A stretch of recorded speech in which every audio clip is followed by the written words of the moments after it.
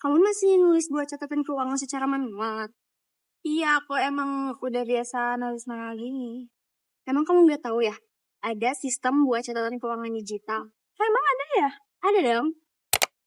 Di zaman sekarang, perkembangan teknologi informasi itu telah membawa perubahan yang cukup besar dalam pengelolaan data, terutama dalam bidang akuntansi dan juga keuangan. 2025 masih melakukan pencatatan transaksi secara manual. Kertas bisa hilang, robek, basah, ceceran, bingung, laporan bulanan. Tenang, ada solusinya. Kami dari kelompok 3 telah membuatkan sistem pencatatan keuangan digital untuk rumah produksi waring. Selain lebih modern, tujuan utama kami membuat sistem ini adalah yang pertama. Yang kedua. Yang ketiga. Yang keempat. 5.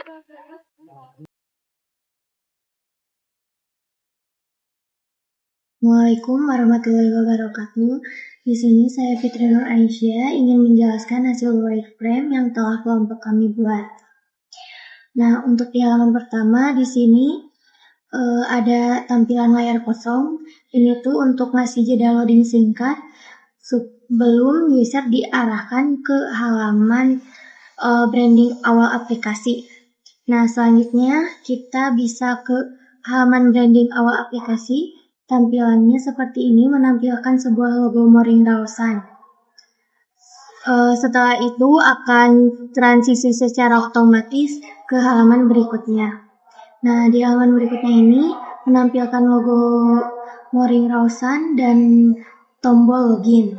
Ini tuh untuk mengarahkan pengguna untuk masuk ke akun mereka. Nah, di halaman selanjutnya di sini kita bisa menginput email dan password. Ini tuh fungsinya untuk autentikasi pengguna untuk akses data pribadi. Setelah itu di sini juga ada tombol submit. Kita ke halaman berikutnya. Di sini ada tampilan loading. Ini tuh tampilan saat data sedang diproses. Fungsinya supaya memberitahu pengguna bahwa aplikasi sedang memuat. Nah, setelah itu bisa ke halaman berikutnya.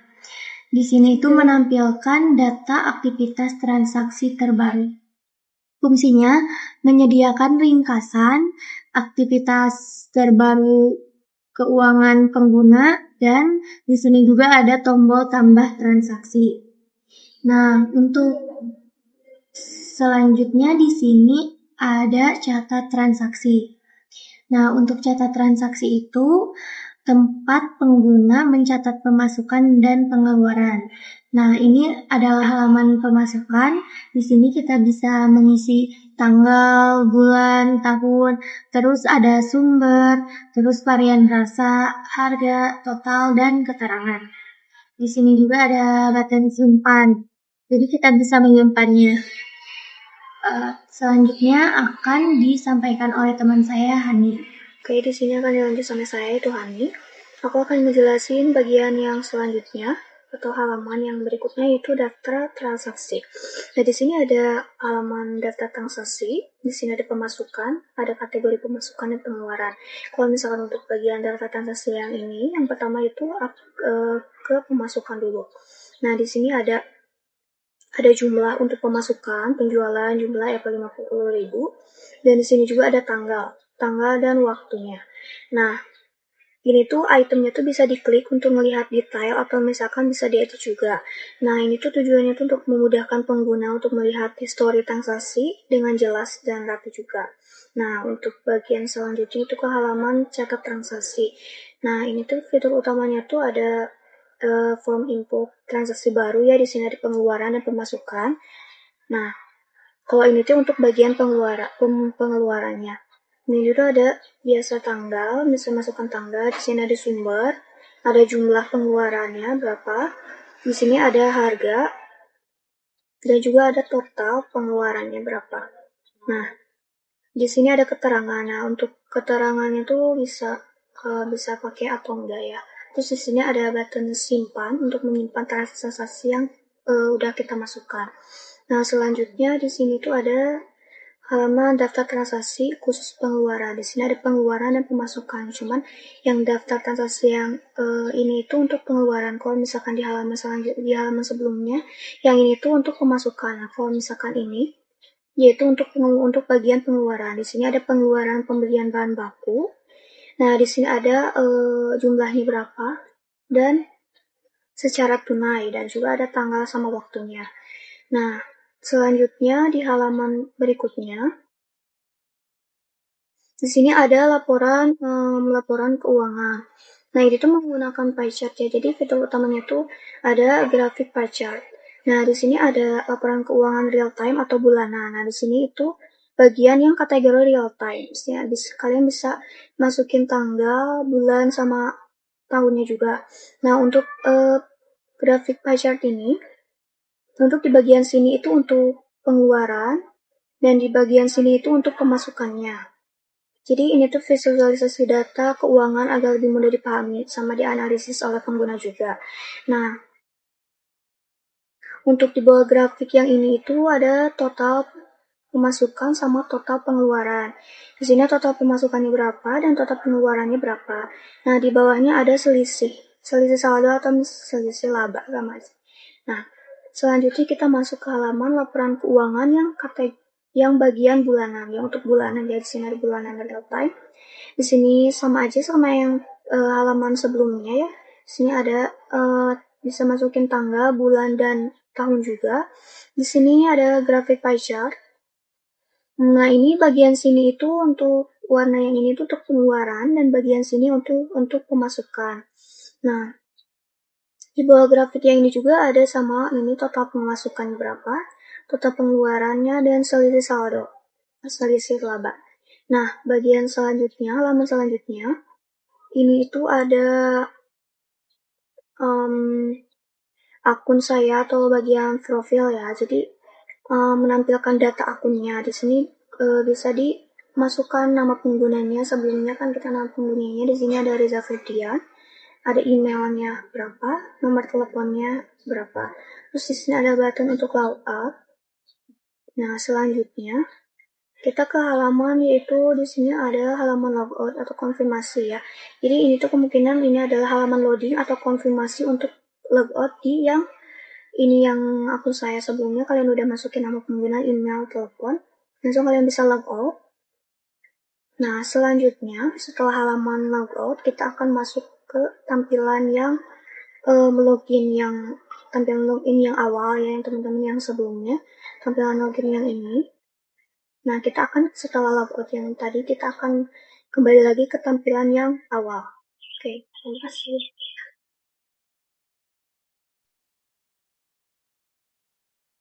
Assalamualaikum warahmatullahi wabarakatuh. Di sini saya akan menjelaskan mockup yang dibuat oleh kelompok studi.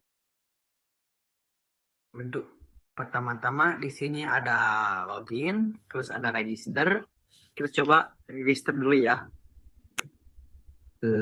Di sini masukkan ada username, email, dan password. Di sini kita coba masukkan username, email, dan password. Nah, kita submit. Terus otomatis akan ke halaman login ya teman-teman. Kita coba email yang kedua dan password yang kedua. Sambil loading, terus kita akan masuk ke halaman awal dari mockup ini, yaitu dashboard. Di sini untuk fitur-fiturnya ada riwayat transaksi. Di sini ada pemasukan dan pengeluarannya. Terus selanjutnya ada laporan keuangan, ini ada real time dan bulanan juga. Terus di sini akun saya atau menu profil. Kita kembali lagi ke menu awal atau dashboard. Sisi muka. Di sini ada fitur tambah transaksi ya. Di sini langsung akan masuk ke halaman catatan transaksi. Nah, di sini ada pemasukan dan pengeluaran ya. Untuk di pemasukan, fitur-fiturnya ada tanggal, sumber, varian rasa, harga, total, dan keterangan. Kita coba yang tanggal dulu. Nah, di sini sumbernya ada dua, ada tunai dan transfer. Kita pakai yang transfer. Untuk varian rasa di sini juga ada dua, original atau pedas. Kita coba yang pedas aja ya. Di sini pilihan si moringnya mau satu atau dua. Kita coba yang dua. Untuk harga di sini harga moringnya tuh ada yang 5.000, ada yang 10.000 juga. Kita coba yang 10.000 aja ya. Nah, di bawahnya lagi ini total si moring itu kalau beli dua moring misal harga 10.000 ya 10.000 atau 10.000 jadi 20.000. Keterangannya bebas sih, kita mau masukin apa aja sih keterangan itu. Contoh di sini transferan masuk ke Dana. Yuk, kita simpan. Nah, kalau disimpan otomatis ke halaman yang tadi riwayat transaksi. Nah, dimasukkan nih.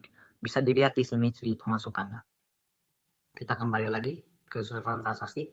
Nah, untuk pengeluaran juga sama, ada tanggal, terus ada sumber juga. Sumbernya kita bebas pilih tunai atau transfer. Kita coba yang tunai.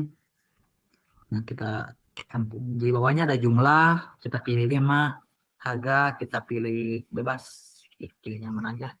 Misal 10.000. Nah, untuk jumlahnya 50, keterangan bebas sih. Mau pakai apa ya? Bisa kayak di sini, membeli tepung tapioka, teman-teman. Simpan. Nah, otomatis si halaman tuh akan ke riwayat transaksi, tapi bukan ke pemasukan, melainkan ke pengeluaran, kayak gitu. Gitu aja sih. Ini laporan keuangan bulanan. Terus kita coba logout. Nah, kalau di logout nanti akan masuk ke halaman login yang awal tadi. Terima kasih. Halo semuanya, saya Yasa Samroto Fuadi akan menampilkan data responden kuesioner evaluasi fitur Moring, yaitu aplikasi kami. Di sini kami menggunakan metode pengujian SUS atau System Usability Scale, yang dimana metode ini mengevaluasi secara cepat dan efektif untuk menilai sebuah tingkat usability dari sebuah sistem atau kemudahan penggunaan dalam sebuah sistem. Di sini yang dites adalah aplikasi kami. Menggunakan 10 pernyataan dari skala 1 hingga 5 yang memiliki nilai dari sangat tidak setuju hingga sangat setuju. Nah, di sini kami buat sebuah G-form yang sudah dimasukkan link untuk menuju ke aplikasi kami yaitu Moring, sehingga para pengguna mencoba dulu lalu mengisi G-form tersebut. Pernyataannya kami buat secara selang-seling, yaitu positif lalu negatif, dan nantinya skor tiap jawaban akan diolah menggunakan rumus SUS, di mana pernyataan positif yaitu skor dikurangi 1, lalu pernyataan negatif 5 dikurangi skornya. Dan nantinya total skor akan dikalikan 2,5 dan hasilnya akan menampilkan nilai antara 0 hingga 100. Nah, mari kita lihat ke data respondennya. Di pertanyaan pertama, ada ingin sering menggunakan fitur. Oh iya, di sini kami berhasil mengumpulkan 9 responden. Nah, kembali ke pertanyaannya. Di pertanyaan pertama, ada 2 orang yang memberikan nilai 3, yang artinya ya netral. Lalu ada 2 orang yang memberikan nilai 4, yaitu setuju. Lalu ada juga 5 orang yang memberikan nilai sangat setuju. Untuk pertanyaan yang kedua, fitur terlalu rumit. Ada 3 orang yang memberikan nilai 1, yaitu sangat tidak setuju. Ada juga yang memberikan nilai 2 sebanyak 2 orang, dan ada 4 orang yang memberikan nilai 3, yaitu netral. Nah, bisa dilihat ya semua berapa yang memberikan nilainya di sini, di tabel ini.